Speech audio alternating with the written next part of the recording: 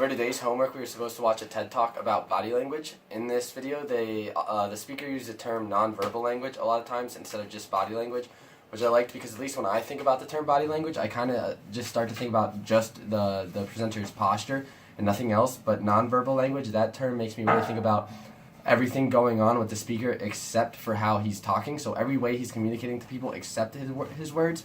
And there's so many little intricacies that go into giving a good presentation and getting people to understand what you're saying. And so nonverbal language is important for affecting your audience, obviously, but it's also very important for affecting you.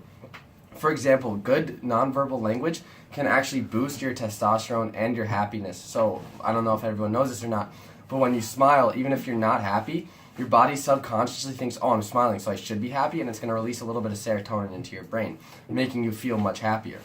And the more confident and more happy you feel, that's going to translate over to your audience while you're presenting, and they're going to really respect that and see that you are happy and confident. So they actually did an experiment, which they talked about in this TED Talk. They gave the volunteers either a high power pose or a low power pose to assume for 2 minutes. So some members kind of did this like big, really spread out high power pose. Other volunteers were told to do this really low, kind of shy pose. And then after the 2 minutes, they would spit into a vial. They spit into a vial before the 2 minutes, then spit into a vial after.